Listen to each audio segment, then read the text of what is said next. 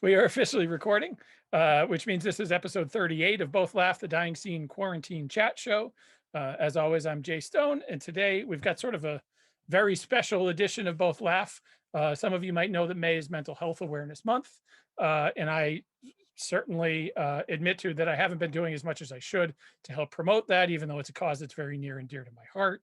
But I'm honored today to be joined by Rover Rushing from the nonprofit Punk Rock Saves Lives. If you're not familiar, which you should be by now, Punk Rock Saves Lives is an awesome organization that takes on issues of equal rights, health concerns, human rights, et cetera, et cetera. This is a really cool thing, and it's sort of a blending of my day job and my weekend job, my nights and weekends dying scene job. I've worked in and around mental health counseling, substance abuse counseling, alternative sentencing programs, things like that for the last 2 decades, which is a weird thing to actually say out loud at this point. But Rob, thanks for doing this. I really appreciate this. Absolutely. We are all big fans of dying scene, so this makes us really, really happy to be involved. And kind of from the beginning of the charity, which, believe it or not, Punk Rock Saves Lives is less than 2 years old. Yeah. We've made such big strides already, but and the reason maybe it feels like it's been faster is that we came out of the ashes of Love, Hope, Strength, the charity that Tina and I both worked for, and I was with them for 10 years, and they just decided to do away with their outreach program. They're still a charity. They're still great. They're still doing good things in the world, but it meant the end of our jobs. And kind of Tina and I both, along with Nathan Maxwell from Flogging Molly, and Justin Sane from Anti-Flag, and Adam Baum from The Faction. And we all were close. We were friends enough to say when Love, Hope, Strength was deciding to let us go, we weren't ready to quit doing good. And I went to my wife first and then to these guys and said, hey, do you think we could, this is my idea, what do you think? And not a single person said no. Everybody went, let's do it. And so go fast forward, just to give you a little background, forward November of the first weekend of November, we became Punk Rock Saves Lives of 2019, obviously. The first event we did was the Flogging Molly cruise. And it really was kind of an intro. We had done it as Love, Hope, Strength for 4 years. And so on the fifth one, we became Punk Rock Saves Lives, and we were able to transition and luckily have those amazing Flogging Molly fans immediately embrace us. And and they knew us. They knew we basically were the same people, just becoming something new and something more. A word I use, as you were trying to describe us, is utilitarian. We want to be a charity that can move and shake and make contributions to our communities and beneficial changes to our communities through punk rock. So if a band wants to represent something, we can be that for them. We can tour with let's just say Pennywise wants to work with cleaning up beaches. We can build a fund and a campaign around that and represent that for them every night, and then put all of that money to beach cleanup and directly deliver it to. I like to think we're directly taking funds and ideas to grassroots organizations. Sure. I mean, don't get me wrong. The gigantic charities of the world do a lot of good, but they generate a lot of money.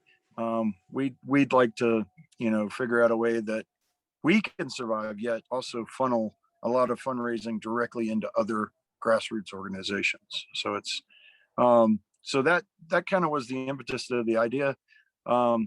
Obviously, we got back home to Denver from that. I toured home from the cruise with Pennywise, Authority Zero in the Bronx.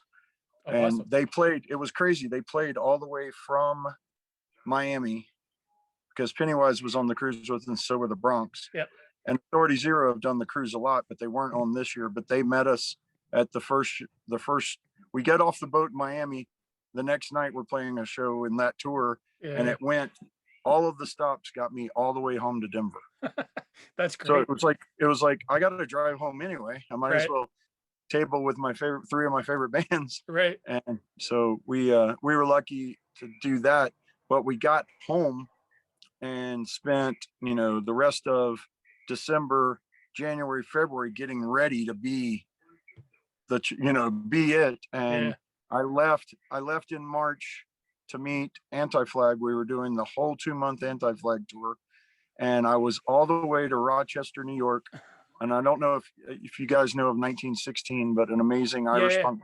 Sure. I had pulled my camper into Billy's front yard, the singer, and was sleeping in my front yard when I got the phone call from Anti-Flag that we were going to have to pull the plug because of COVID, and Oh I had to no. turn around and drive all the way home.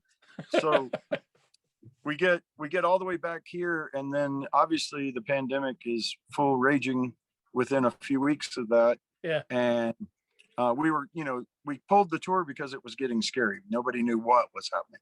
Right. And then nobody still knows what's happening. But by a few weeks later, it was fully raging, and we had to figure out what to do. And that's when we made the real moves into mental health awareness and, support groups and all of that stuff online. Unlike you, none of us are. We have some supporters that are, but we're not. Sure. None of us legally are can advise you on anything. We are your ear. We Yeah. are your first person. We try to make that very clear. None of us are licensed, so we're not here to give therapy. We're here to, if you need to call us, if I will listen, I will, be your friend. I will make sure you're loved, and then let's work together to get you to some help in your town or your city, and we can find those resources. We're lucky to have made some great friends through all sorts of stuff like that. And we're building more and more. We had a meeting with the National Crisis Line today Oh really? about, yeah, so we're working on a process of having the National Text Crisis Line as Punk Rock Saves Lives. So we might be able to directly put you to some people right off the bat. Yeah. Yeah. Yeah. So we're working on that, and we're building a group, and we're trying to find more licensed therapists. So hitting you up a little there, Jason, we might. I'm not If we licensed. I could, can't do that. oh, okay. Which is a long Well, story, but yeah, we can get into that after. yeah, if we get into finding a select bunch of punk rockers that have gone forward and used their calling in their lives to become a therapist or become a crisis advisor, or stuff that's licensed, we want to eventually build a whole network of punk rockers that they might not look like punk rockers. And what is the punk rock look? You know what I mean? Right. We all grew up, we had to get jobs, Right. Right. so if we can build a network of people in different cities all over the country that are licensed, that will volunteer, like say, hey, I've got 10 hours for y'all this month. Well, what if we could someone calls us and says, hey, I'm having these horrible thoughts and I live in Boston. Do you know anyone? Yeah. Boom. If we Right. could get them to someone for 1 hour, and we can maybe eventually even try to figure out a way to pay the people for it.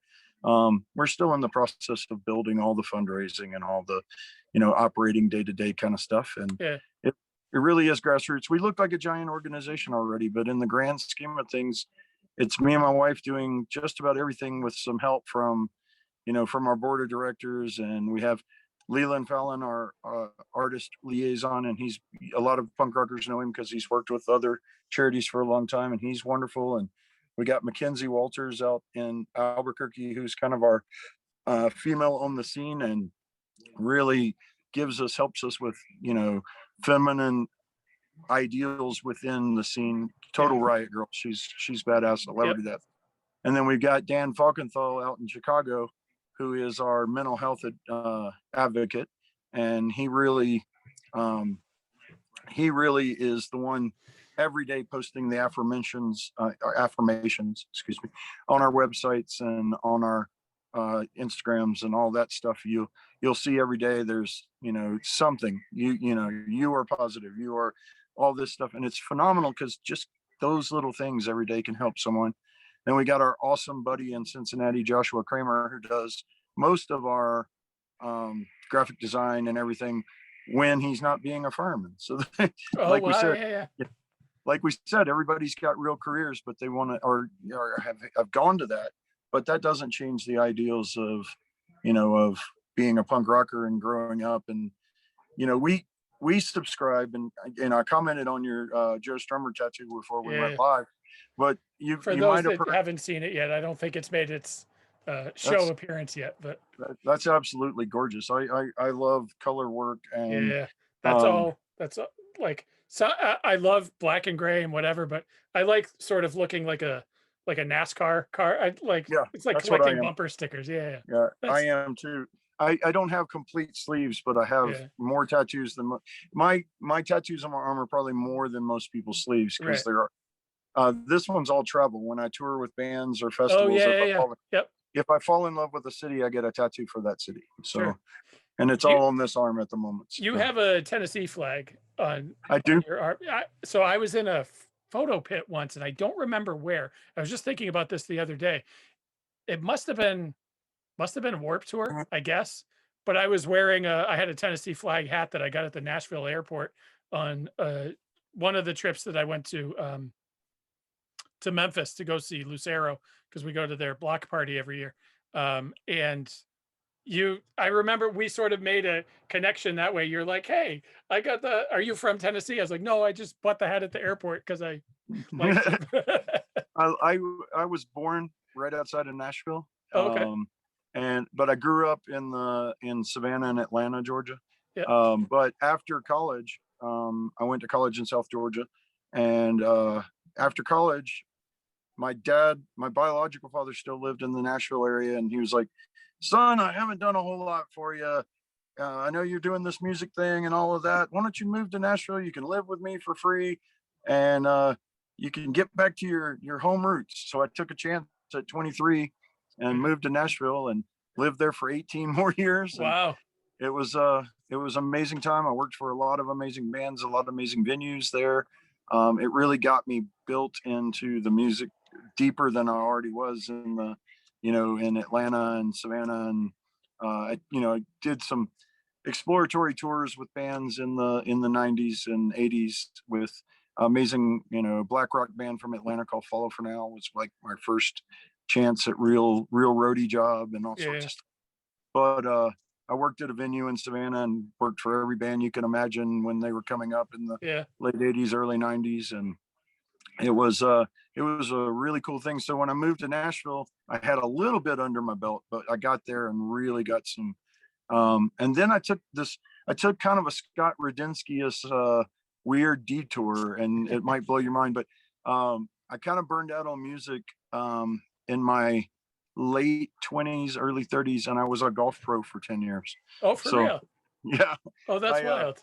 I worked in a golf store originally, and then I got hired out of the golf store by a golf course, and ran a golf course for a number of years. But then um, in 20, 2009, I had a very, very dear friend pass away, and you're not supposed to die at 32.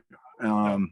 And so I kind of had this weird, almost third eye open, and not, I'm not all metaphysical and all that, but kind of something was telling me I needed to be doing something. I felt like um, I was living in the world. I wasn't doing good or bad. I was just living. Yeah, yeah. And the crazy part is 2 weeks after he died, I was flipping channels at the golf course on a rainy day because I had a big screen TV in the clubhouse for everybody, and I was there Sure. by myself. Nobody was at the golf course, but I had to be there to accept deliveries and all sorts of stuff like that. And there used to be a station on the high def end of the networks. No one has networks anymore. Everybody Yeah, yeah. streams now. Right. But in the days of past, we had there was a streaming station way up on the high end band of called Palladia, and it was Yeah. MTV. Yeah, it was MTV, but it was all concerts Yeah. and Yep. and documentaries. Yep. And I am a music documentary junkie. As Uh, am I. Yep. Definitely punk rock stuff, but any Yeah. anything I'll watch. Yep. I've watched the Milli Vanilli one, believe it or not, but Yep. just because I just like hearing the stories of what happened, and it's just kind of cool. Yep. But out of nowhere, my favorite and you can argue, people argue all day about what is punk. Yeah. And but my favorite band from when I was 14 on was a band called The Alarm. Sure. And Yeah. they were, if anything, kind of like the second to third wave of punk, but they were crossing into the new wave. And Yep. it was that confusing time when punk was new wave and new wave was punk. Right. And it kind of, but they kind of fit in there, and they used acoustic guitars instead of electrics. So it gave them this different, and Yep. they were, I hate to say it, they were the revival tour before Chuck decided Oh, to do a sure. revival. Yeah. But they had always been my favorite band. And I'm flipping channels that day, and there's a documentary with Mike, the lead singer, Slim Jim Phantom of Stray Cats, and Glenn Tilbrook of Squeeze. They all went and climbed Mount Everest to raise money for cancer, and they founded this charity called Love, Hope, Strength. And I had known Mike had cancer. Yeah. I didn't know he had launched a charity, and I didn't know anything about this documentary. And there it was, and I watched it till the end. I picked up the phone that day, and in 2009, and said, I don't need money or anything. When I got someone on the phone, I said, I don't need money or anything. I just want to bring this to Nashville. What can I do to help y'all? Yeah. And so for 2 years, I kind of volunteered with them. And then in 2011, they asked me to come to work for them full time. And I packed up my whole life and took a substantial pay cut to move to a more expensive city called Denver. But things fell into place. And for 10 years, we registered people for the National Marrow Donor Program. And it all, it, I can't, it's really weird to say I can't name the number of lives that we've given a chance to, because it's well in the thousands that we've given people a chance at life to, just by asking you to swab your cheek at concerts. We keep that program together for Punk Rock Saves Lives, and we will be doing that activation at some of the big festivals. And we're nailing down those. We're getting invited to all of them. I think we're going to be at Fest for the first time, so I'm kind of excited. Awesome. Yeah.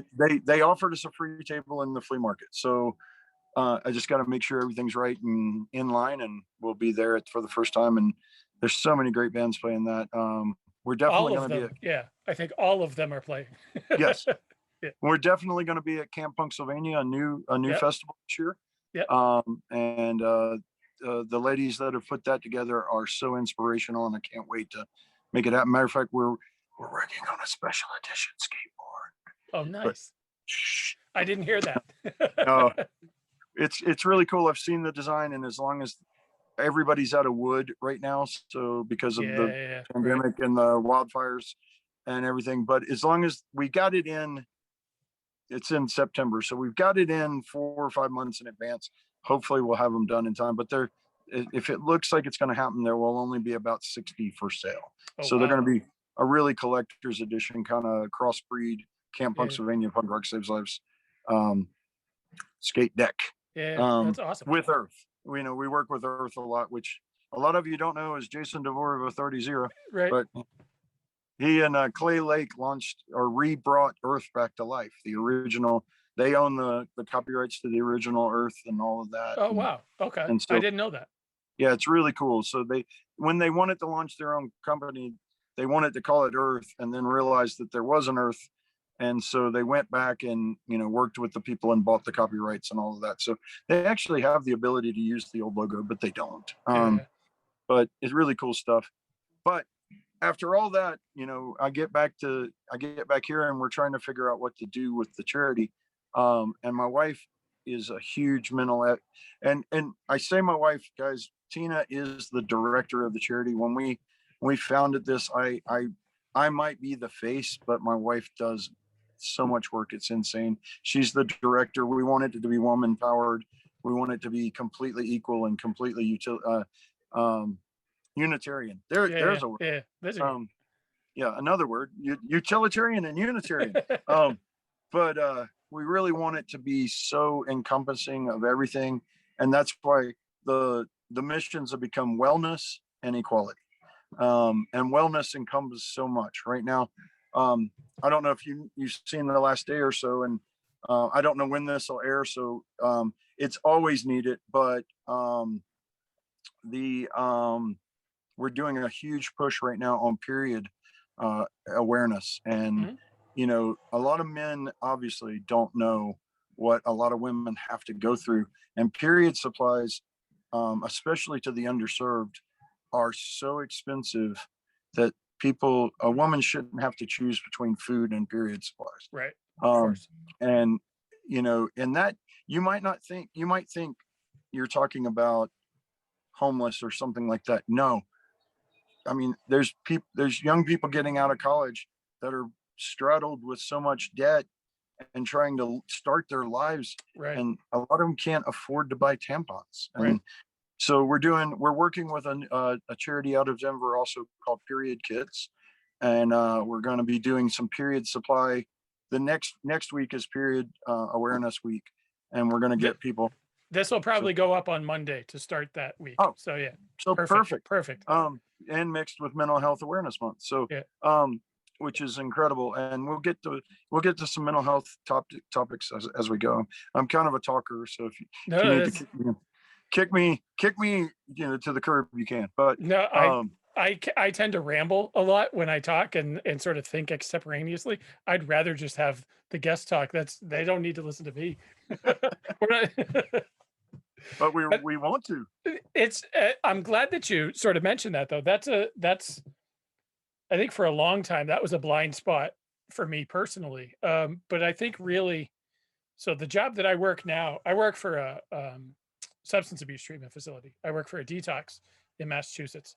But I'm in sort of a community role. I'm not in direct care anymore. I was for a long time. But now I'm sort of the community liaison for essentially Boston and as far north as I want to go. So really Maine and New Hampshire and parts of Vermont. Um, but I've spent a lot of time since the pandemic started because you can't necessarily go anywhere, and yet people still obviously need substance abuse treatment services. It's not like the pandemic kept people from drinking. Uh, just look at any uh, Yeah, anybody in the suburbs. Look at their Instagram feeds, and it was always like that quarantinis and and all the jokes about in my recycling bin. Don't think I'm an alcoholic. Like, yeah, you saw that a lot, and yeah, you know. yeah. So But I've done a lot of I've made a lot of connection with a lot of harm reduction agencies, and harm reduction is sort of the latest wave in the substance abuse treatment world. And it was a very different world for me. I worked for a long time in like court diversion programs, so people that get arrested for theoretically lower level offenses or for drug court level offenses would come to our program rather than go to jail, hopefully to keep them out of jail, et cetera, et cetera, et cetera. And that's really the 25-cent version of it. But they're all like abstinence based, right? So meaning that if you fail a drug test, you go to jail, even if it's just for an overnight or for a weekend or for a week or whatever. I say just like I could last for an overnight in jail, um, but harm reduction is a very different philosophy, and it's really more about meeting people where they're at and really addressing what they call the social determinants of health, which is like there might be a reason that somebody is using, they might not be ready to go to treatment today, they might just need you to listen to them, they just might need a sandwich today, they just might need gloves and socks because they've been walking around in the cold for a long time, they might just need period supplies. So the long that was a long way of saying that a lot of the harm reduction agencies around do a lot of work with providing period supplies for people. And for a while I was like, I didn't understand the connection because I was used to this sort of narrow silo of substance abuse treatment services, like going to meetings and relapse prevention groups and da da da da. But I didn't necessarily understand all those other connections. But sometimes it's those connections that just get people in the door, even to go to treatment, or know that there's somebody out there who's going to give them this stuff that they need that maybe they didn't feel comfortable asking for. But now that they know that they can go to you for that, sometimes they come to you for more traditional help. And so that's sort of been the biggest shift, at least for me, out of the pandemic and even a little bit before in this sort of community role, is learning how narrow my focus was in the field for such a long time and how many other services really are involved uh, in a sort of holistic mental health substance abuse treatment world. So it's really it's wonderful that you're doing that. And again, and because look, I'm a guy, and so when people mention periods, I go, "Ooh." Yeah, Right? Like if my it's wife and my daughter are talking about it, like, oh no, stop. we But you we can't. yeah, we along with a lot of other mental health awareness charities are trying to say end the stigma of mental health. Right. We need to end the stigma of talking about periods. So we're gonna kind of co-opt that as well. And it does play. You made an interesting thing and made a connection in my brain as we were talking there. Um, Not having period supplies and being in need is a mental health challenge. Oh, sure. How do you Yeah, so it really ties together in so many ways. If you can't be comfortable and know, you know, if you can go to your job interview because you started your period that day, Right. um, your mindset's not good. So that's mental health, guys, and Right. it's a good tie together. We've also done, like you were saying, the just trying to figure out ways through the pandemic before we can get out there in the festivals and everything and do direct action. And we've been figuring out as things have been starting to open up some, we've done some really massive food drives and done really good, taking 1,000 pounds of food here, 1,000 pounds there. And we're trying to, like I said, not going to the gigantic food banks. We're trying to target your neighborhood food banks and everything like that. We did a diaper drive not too long ago. There's another one along with period supplies. Yep. People don't realize that none of diapers or period supply kits are covered by any of your food stamps or anything like that. So once again, imagine having to put your baby in a plastic bag Right. because you can't, with some maybe a paper towel stuck in it or something. Right. But instead of a sanitary diaper, Right. or sanitary, and that's the period problem. People try to use toilet paper or something, and it's not sanitary. They're not made. It's not made for that. Right. Not that toilet paper is not sanitary. Yeah, yeah, yeah, right. But But that's not not what it's for, for. yeah, that's not what it's for. So there's so many ways of we've been trying to make differences, and it just really comes out of all of our amazing, you know, our our push. Me and my wife, Josh, Leland, everybody on our in McKinsey, and we're trying to push things. But then we're growing unbelievably. We now have a sober and sober curious group. If you are in need of that or you want to check that out, they have a Zoom meeting every Tuesday night, and it's not 12-step based. It's just other people that are sober or sober challenged or sober curious, trying to talk to each other and let you know, hey, here's what I went through. Maybe that'll help get through this. And maybe just telling that same person, telling someone might make them realize that what they're doing is the right path. Yep. So cool. There's a self-harm group that launched. There's a grief group that launched. If you go to on our main page on Facebook and everything, you can find a link to the Punk Rock Saves Lives mental health group, and you can find the links for those Zoom groups every week. And that's really come from the sober curious, and the sober group came from one of my wife's dear friends, Alex, went sober. I can't tell you how long ago, Yeah. but it was for herself, and she's been the driving force behind that, along with one of our advisors out of Texas, Jonathan Wells, and he's been sober for I think 7 or 10 years. I could be completely wrong there, but and they got together, and Mackenzie is sober also, so there was this great push there to, and we don't care if you're sober or not. But Yeah. if you Right. are and you want support, boom, here you go. If you're having, my wife unfortunately lost her grandfather, who was her father figure this year. We lost our oldest corgi this year, and it all came really, and then we both suffered through COVID pretty bad. I spent time in the hospital. Yeah. She was actually worse than me, but never got admitted to the hospital. Wow. She's had some lasting effects. I've been lucky to start to come back. I still get out of breath some, but Yeah. that was back in September, October. So, we're starting to get past it. Fully vaccinated, both of us now, past the window of.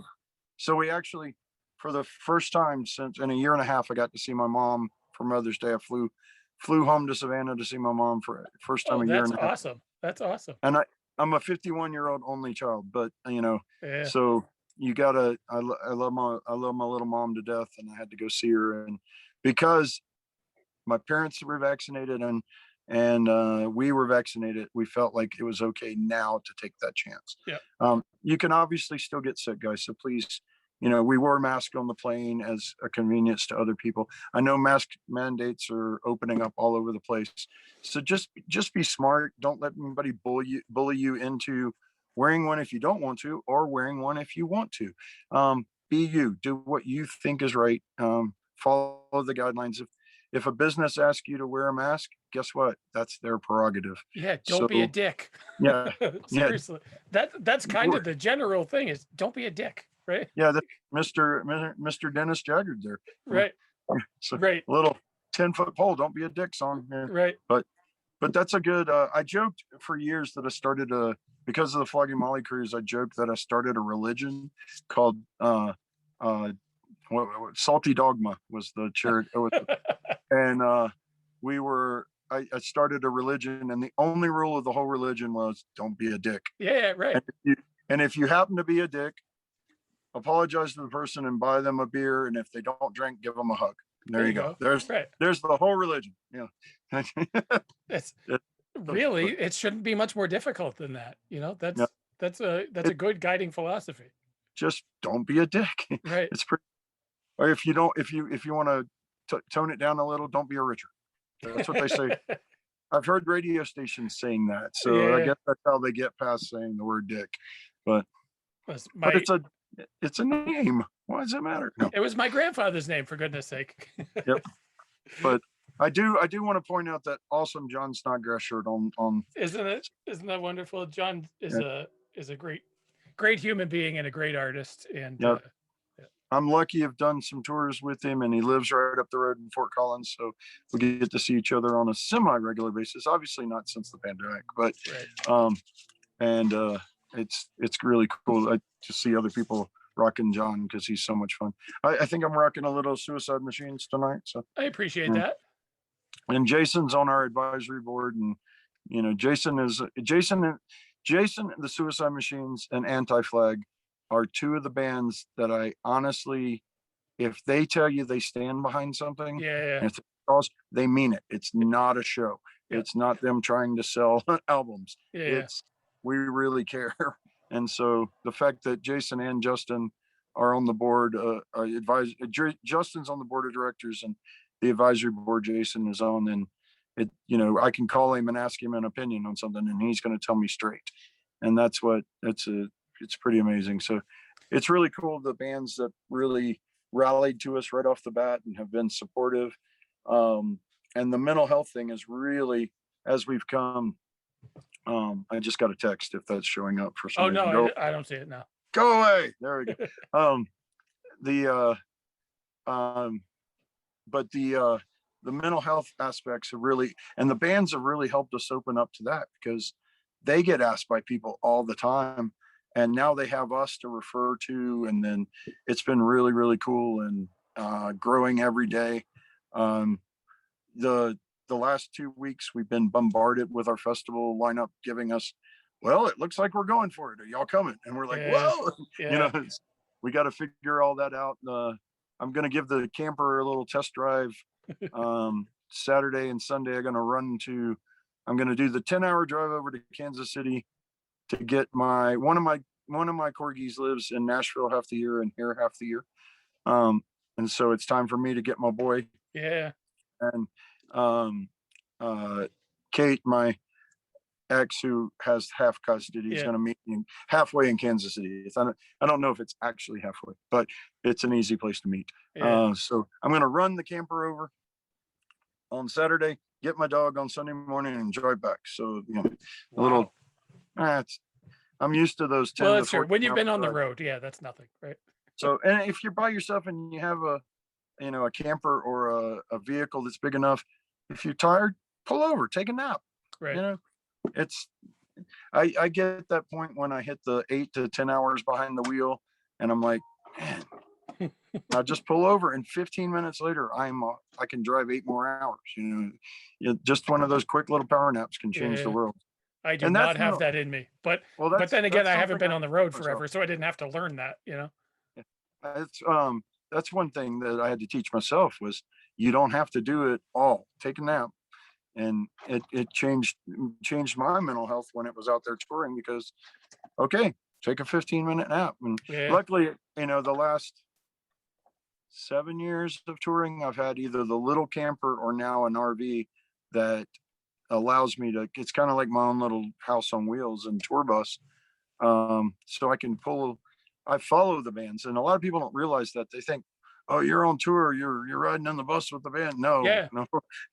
I would, and there have been bands that have invited us to have a bus spot, some of the bigger tours and stuff like that. And that's phenomenal and it's great. And the Warped tours, I did a lot of them in the buses and all of that. But having my own space, and then if I have a couple, like say a volunteer wants to go do a week on the road, they can ride with me, and we have multiple beds in the camper, so I use one of those. The major other bed is storage half the time, but that's because it's just me usually. Yeah. Right.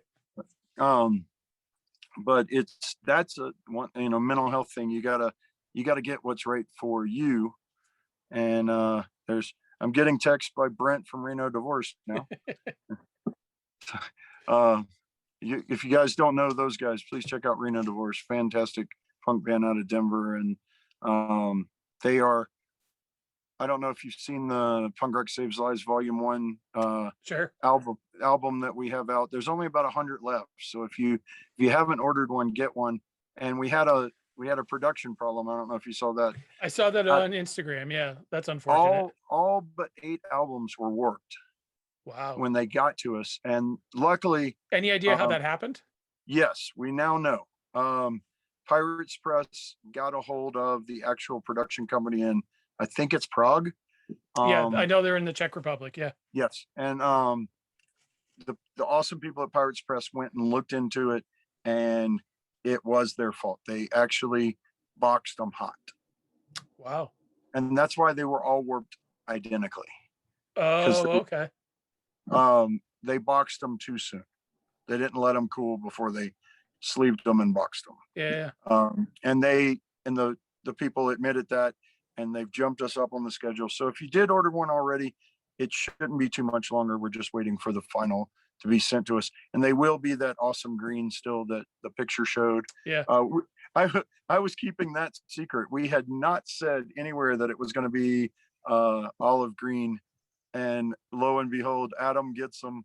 And if you don't know, Adam is IM Records, which is the Factions record label. Adam is the guitar player in the Faction with Steve Caballero, and he's also the president of our board of directors. So awesome. It kind of fell into a lot of greatness to come up with this, and so many awesome bands donated to help us do this.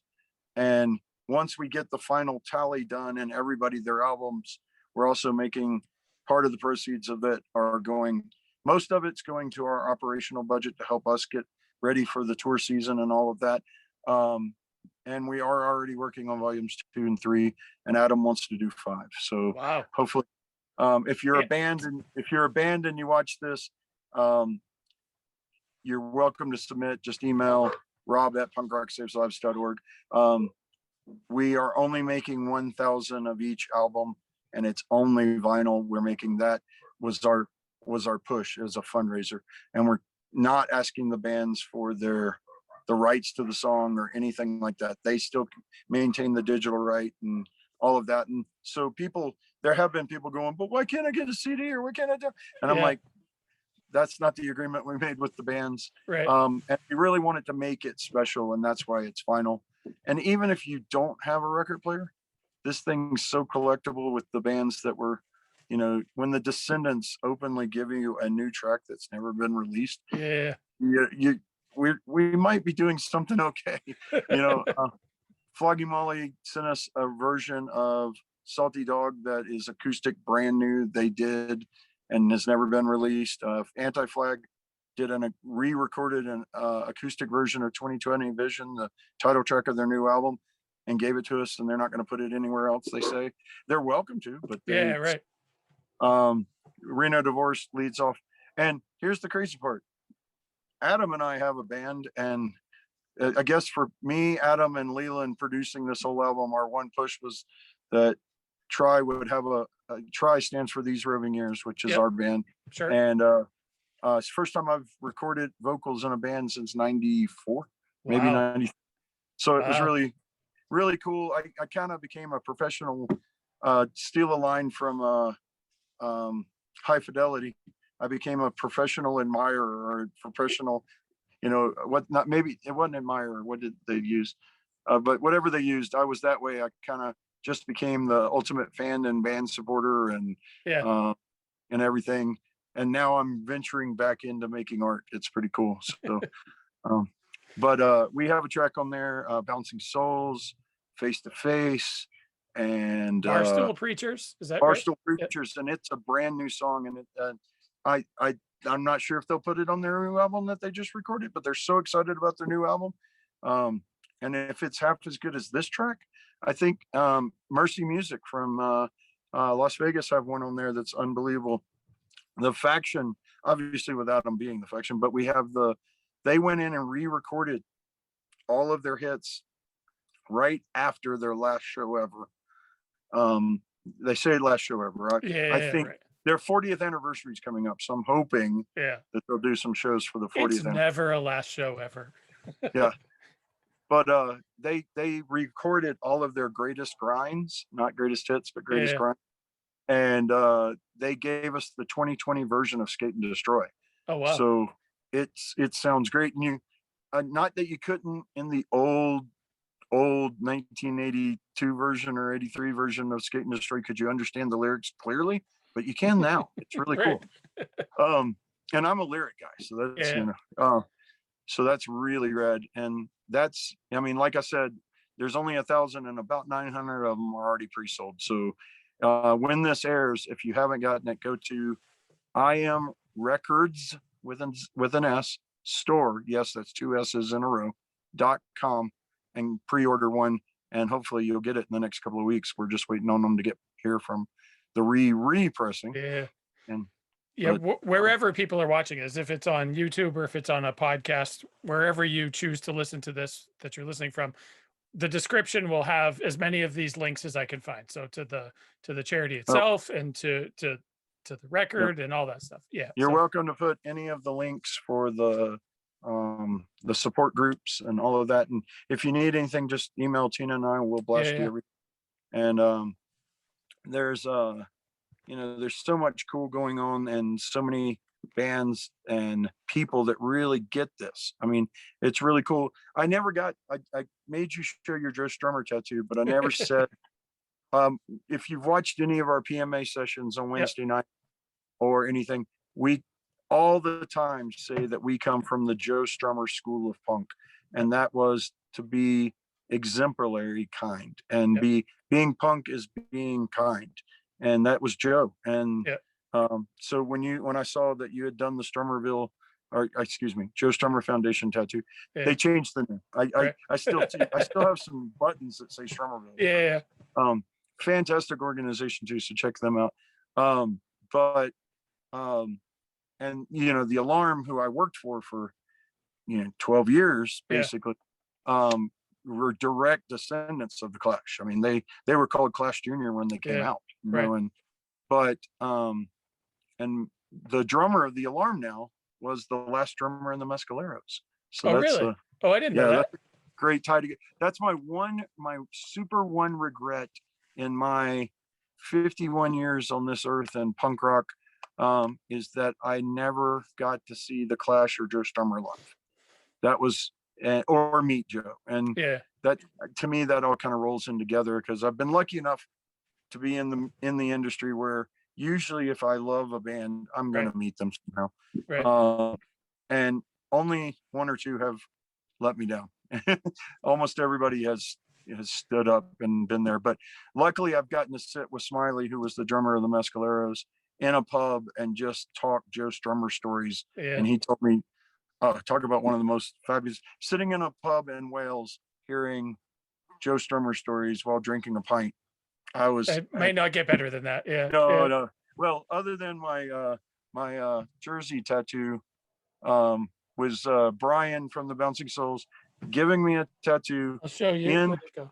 you There got we one? Yep, there it is. Brian That's giving my me a Brian tattoo. Keaton. Yep, in his news shop in Yep. is it Jones Beach? No, it's not Jones Bradley Beach. Beach.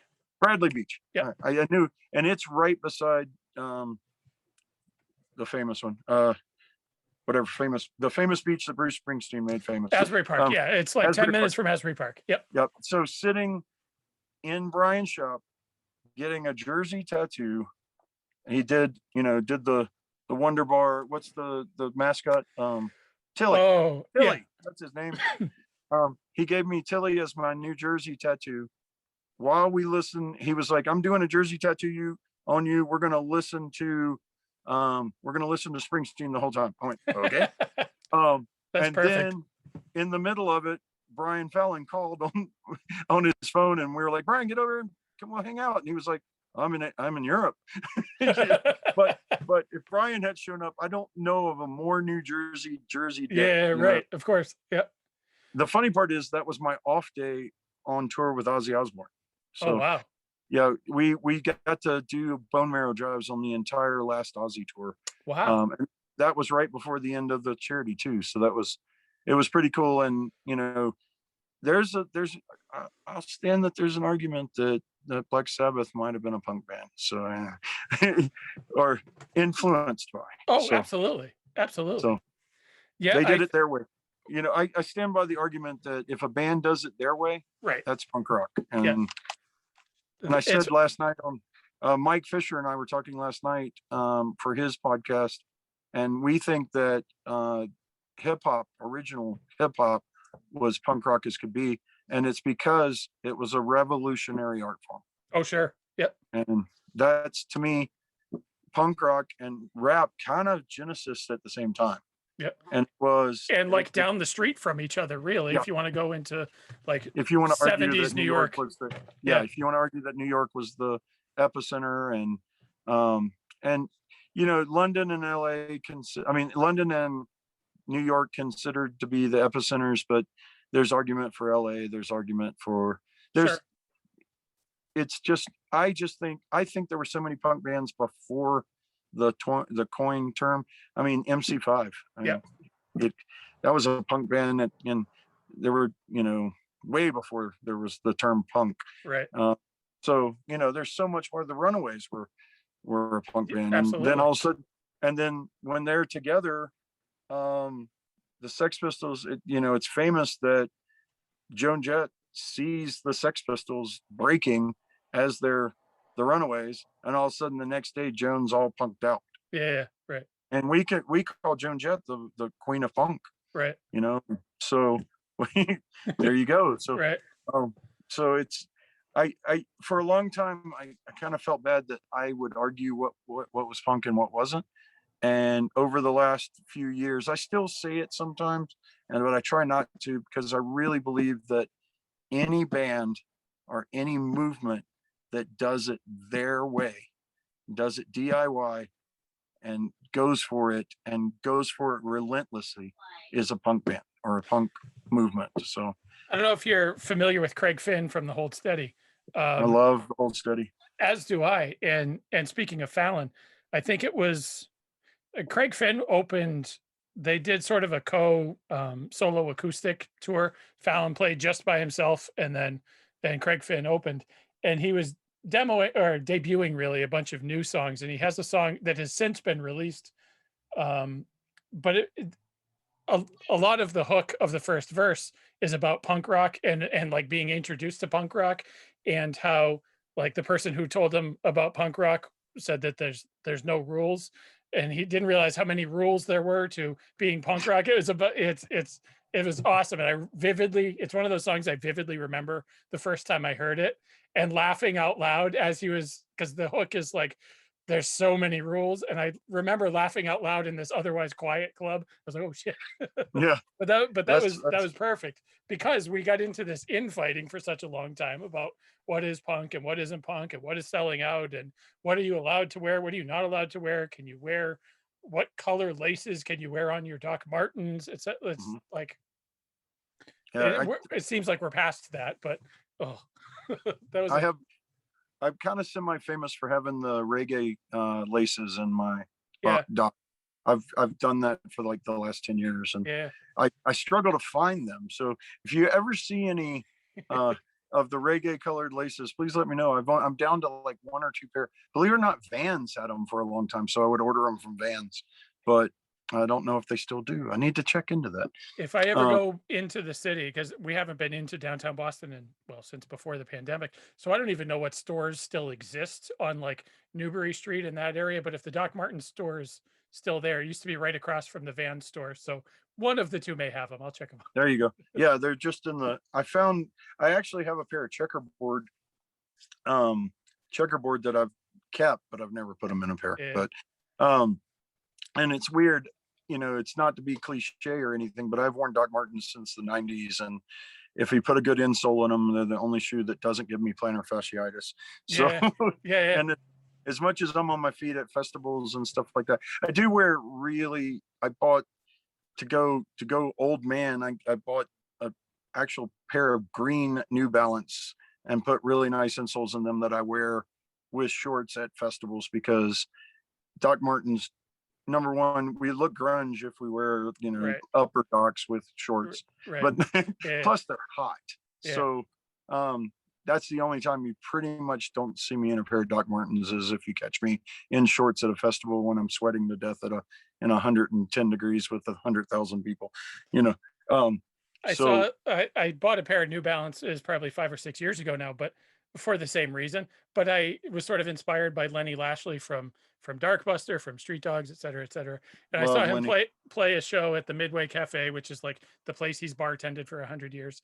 And he was wearing like blue New Balance Fresh Foams or something like that on Yeah, stage. He's like, I'm fucking 50. Like I yeah. like it's all And about comfort, not style you anymore. just Like, that was Lenny's voice to a oh, T too. I love that man. Yeah, I do. he's Believe it or not, he is one of my dear friends. He's one of my dear friends' sponsor. So okay. he he literally Lenny and I stay in touch a lot because he keeps one of my friends alive. If one of my friends is doubting, it's Lenny he calls first, and Yeah, Lenny is his actual sponsor through AA and yeah. everything. So Lenny Lenny, is Lenny is one of my favorite people. I love that guy. So absolutely. Yeah. And so sort of based on that, I was like, well, okay, I don't have to be the cool guy that wears Vans anymore because the Vans were killing my feet after a while. And my feet would get sore. And I'm like, you know what? Fuck it. I'm gonna wear a New Balance because Lenny says you can wear New Balance.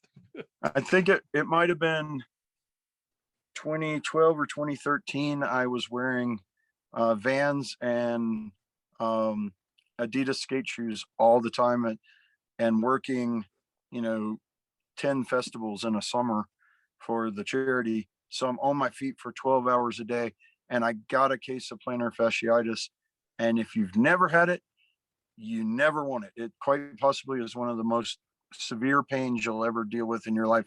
And there's nothing you can do to cure it except rest. Yeah. And I don't know how to rest. I joke that I'm part of the Henry Rollins part animal, part machine thing Yeah. where Right. I just go, go, go. Right. And so I literally dealt with that for an entire 2-year festival run and then finally got a Christmas break off where I didn't do anything for a month and a half, and it finally went away. Yeah. And that day on, I have owned nothing but really good shoes with really good insoles.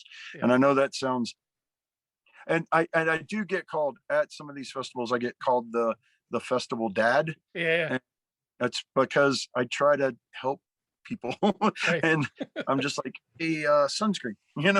I don't Right. want you to get skin cancer. I don't want you to burn. I Right. don't, so I tend to be the guy that's like, hey, I know you're an adult, but hey, put some sunscreen on. Or You can still be self-destructive in other ways, but for God's sake, yes, wear good shoes. wear good shoes. It'll help you keep being destructive longer. Right. So Because if you make it to 50, your back will thank you. yes, I'm lucky. I do have, and I'm lucky. I found a sports chiropractor a few years back, and he has really helped me stay a little more healthy because you know, working a 12-hour festival at 50 is a different world than working one at 40, Right. and different than being 20 and going to one. Right. Right. It's and when I do get those crazy moments where the music gets me and I dive into a pit, it's a couple of day recovery. But sometimes it's really worth it. And if you do drink, you'll laugh at this. As you get to this, this age of us that have been through it, a good day bender turns into a 3 or 4 day hangover. It's not Yeah. like wake up, hair of the dog the next day anymore. Right. So you kind of have to be smart. And people think, a lot of times when I get to tour with this, if I go out with a Social Distortion and a Flogging Molly tour, and they're like, "Oh, y'all are partying every night, y'all having a blast." No, most of the time Yeah. when you think I'm drinking a Jameson at the bar, I'm probably having a Diet Coke, and I'm probably driving 6 hours Right. during the night towards the next venue. But I go to the after party for a few minutes because I like to hang out with my buddy Nathan, and Nathan is a big part of the charity and has been a big supporter of mine for years. And Flogging Molly as a whole are just like part of our family. Sure. And very, very instrumental to the founding of Punk Rock Saves Lives. They were all on board and answered any questions I had and brought us some big supporters. And so, we're lucky, and so we went with people we feel not only have instrumental or musical clout, but they are good humans. Yeah. And that's, the Anti-Flag guys have been unbelievable, and the Justin especially, and Pat and Chris 1 and Chris 2. It's not really Chris 1, but but they've all just been really supportive of everything. Chris he does it with whoever's on tour with them, but for a long time in is it Press Corps Everything? I think it's Press Corps. One of the songs, there's like a 3-syllable burst that he does as a backup to Oh, Justin's. okay. Yeah. And for the longest time, when it was Love, Hope, Strength, he would say, "Love, Hope, Strength is that 3 blast." And I'd be like standing in the lobby and I'd hear our name and I'd be like, "What?" So, Does as that we, stuff ever get old? I mean, I know you've been in the scene for a long time, and Ben, you've met all of the people except for Strummer, who is my one regret too. Like, I had Joe Strummer tickets in my hand one night, and I had a guy that I worked with who was like, "Well, you can either come with me to the show." This was in '99, I guess. And I was still in college. I was a broke kid or whatever. And he was like, "You can either come with me or you can work for me Sunday so that I can go to the show." I'm like, "Well, Sunday's time and a half. I need money." So I worked, and then he never came back around. So yeah, that was my one regret. But does that stuff, when you get a shout out from a band like Anti-Flag, or when you have people like Flogging Molly and whoever say that they want to support the cause that you have, does that stuff ever get old? no, Or do you still like, oh my God, really? yeah, it blows my mind. I I am very good at looking professional on the outside and dealing with it, but the 14-year-old in me, when Justin, I text Justin and like, we have a kids book coming out, and I texted Justin and said, "Hey Justin, would you do a quick 5-minute online, video reading of the kids book that we can use for the and he was like, "Absolutely, this is great." Yeah. And I'm like, um, it's such an honor. And yes, they have become friends over the years, but I never let that get in the way of the fact that they're and becoming friends and becoming allies is more what it is. They're all helping me affect positive change. You know what I mean? And that's the flattering thing. When Anti-Flag first got to really know the Bone Marrow Registry through me, they actually came out at one point on the tour we did. We did Anti-Flag Real Big Fish tour. That was Oh, okay. that was kind of fun. It Yeah. was completely out of left field, but it was Yeah. a really cool tour and a lot of fun. And Anti-Flag, in the last show that I was going to be on was New Orleans, and they came out and filmed me talking about the bone marrow registry, and then they all swabbed on camera Oh, wow. and showing. And when you can show your fans that you're not just talking about it, that you're willing to do it, it's not a government conspiracy. And Anti-Flag are very guarded about that stuff, and Sure.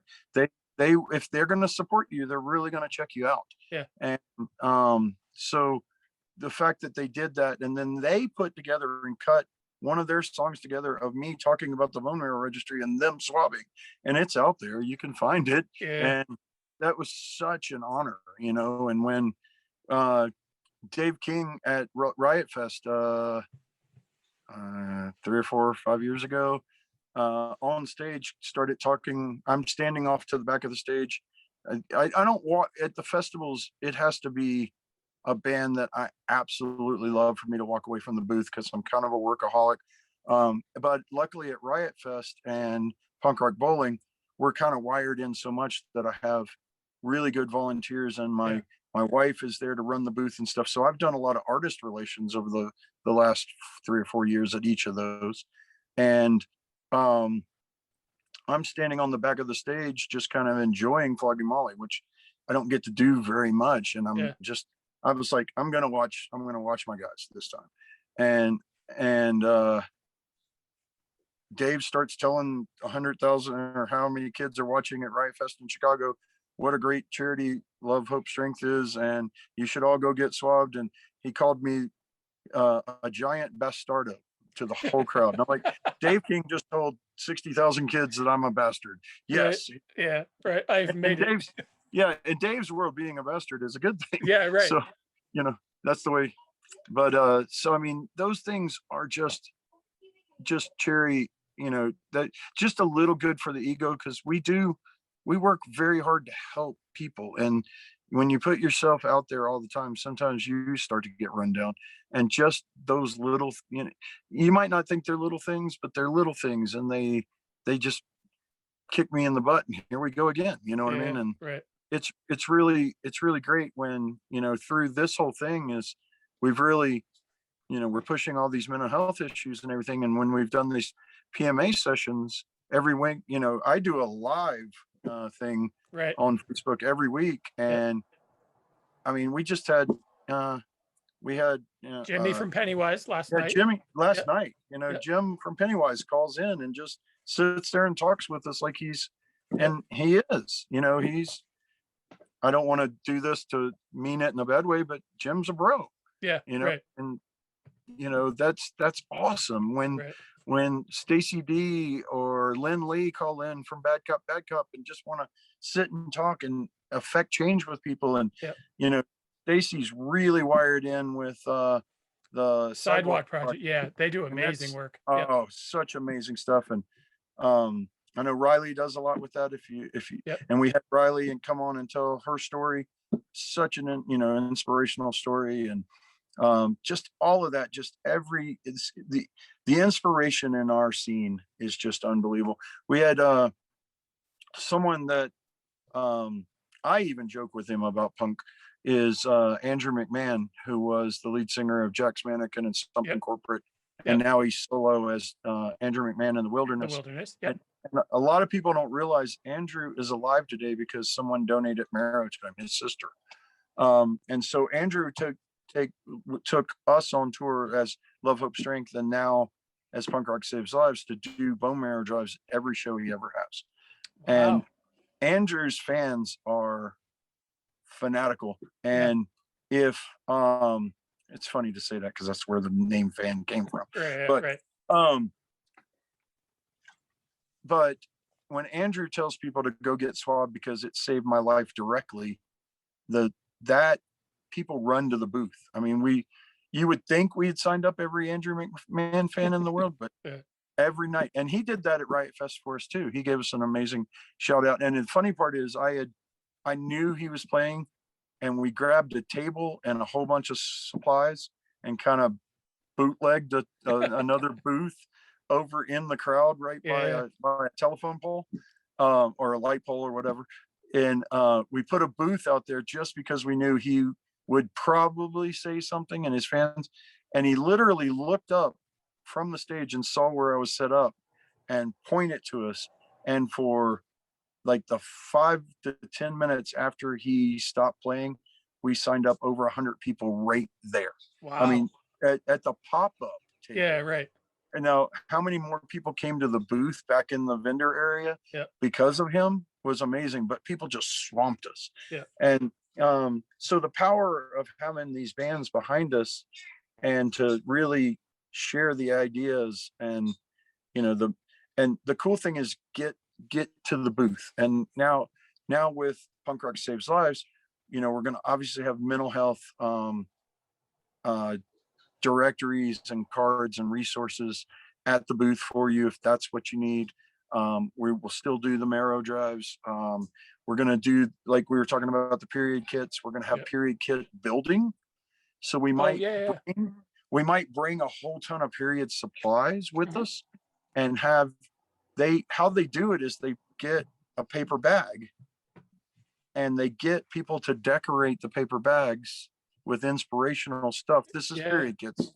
And then we have them load, you know, a certain number of tampons for a month supply, a certain number of pads, certain number of wipes, certain number, whatever they put in the thing.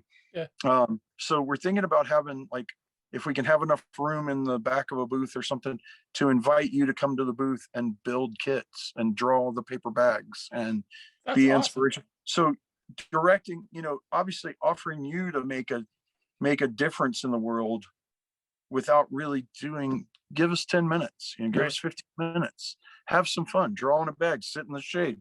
It's hot at festivals, come sit in the shade. We have fans. You know, luckily those booths usually have power. So I load about 20 fans in the, I want to do misters, but we always have paperwork, and misters ruin paperwork. But that's a, you know, people sweating on the form while they're signing up to be a marrow donor was the bane of my existence. But I believe it.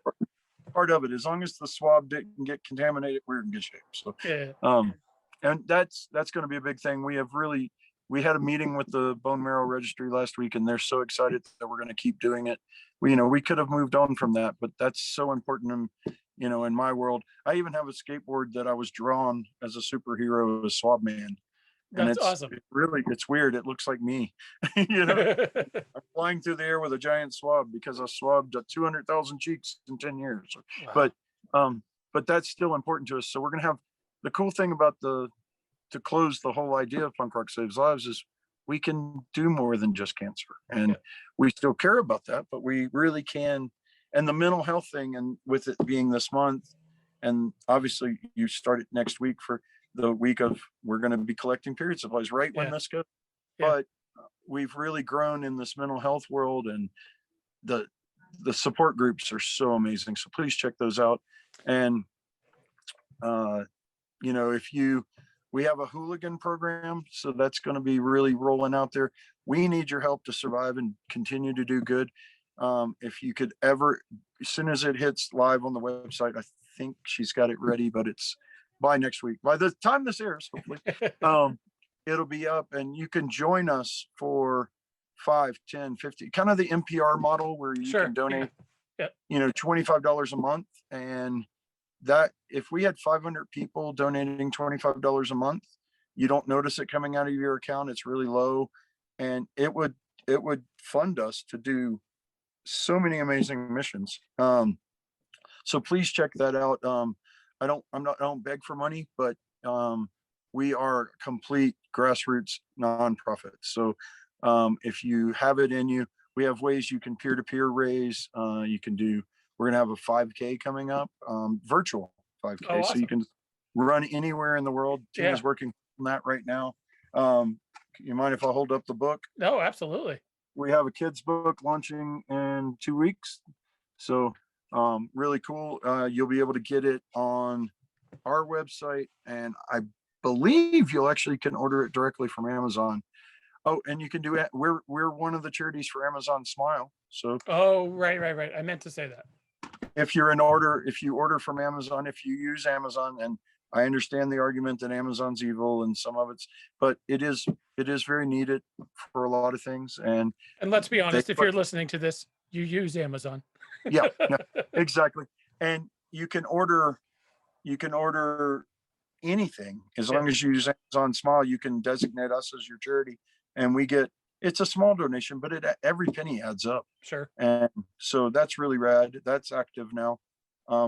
We've got we just got added to the national whatever the database is, where you can get matched at work. Oh, okay. Yep. If whoever you work for does matching donations when you donate to charities, we are one of those. We are recognized as that now. So, if you donate $25 out of your check to us, check with your work, because you might get that doubled. Yeah.